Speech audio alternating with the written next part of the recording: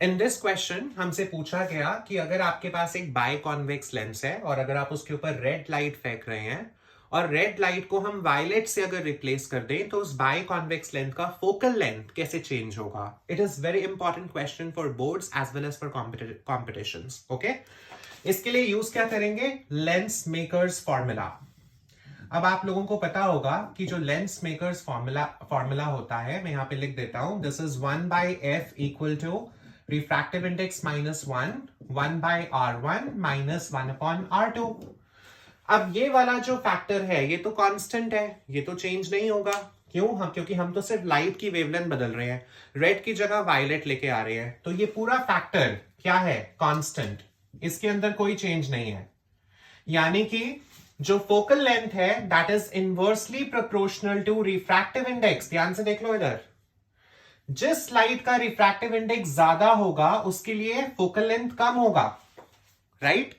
अब हमें समझना है कि अगर रेड से वायलेट पे जाएंगे तो what would happen to refractive index. ठीक है, आपने रिफ्रैक्शन के कॉन्सेप्ट्स में पढ़ा है कि रेड लाइट की जो वेवलेंथ होती है वो सबसे ज्यादा होती है. अगर रेड लाइट का वेवलेंथ वायलेट से ज्यादा है तो जो रिफ्रैक्टिव इंडेक्स हो गया रेड के corresponding it will be smallest. ठीक है, वायलेट के लिए रिफ्रैक्टिव इंडेक्स ज्यादा होगा, रेड के लिए कम होगा. अब क्वेश्चन में देखो आप कहां से कहां जा रहे हो. आप रेड लाइट को वायलेट से रिप्लेस कर रहे हो, यानी कि आप रिफ्रैक्टिव इंडेक्स बढ़ा रहे हो. अगर रिफ्रैक्टिव इंडेक्स बढ़ेगा तो फोकल लेंथ कम होगी, यानी कि क्वेश्चन का आंसर क्या हुआ? Focal length will decrease. ठीक है, एक बार फिर से समझते हैं. आपने रेड लाइट को वायलेट से चेंज कर दिया. रेड का वेवलेंथ होता है सबसे ज्यादा, तो refractive index corresponding to red क्या हो गया? कम. वायलेट के कॉरेस्पॉन्डिंग क्या हो गया? ज्यादा. मतलब हम रिफ्रैक्टिव इंडेक्स बढ़ा रहे हैं.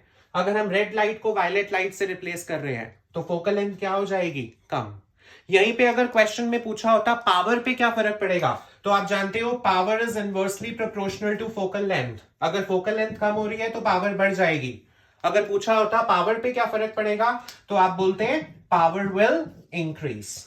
Okay, thank you so much.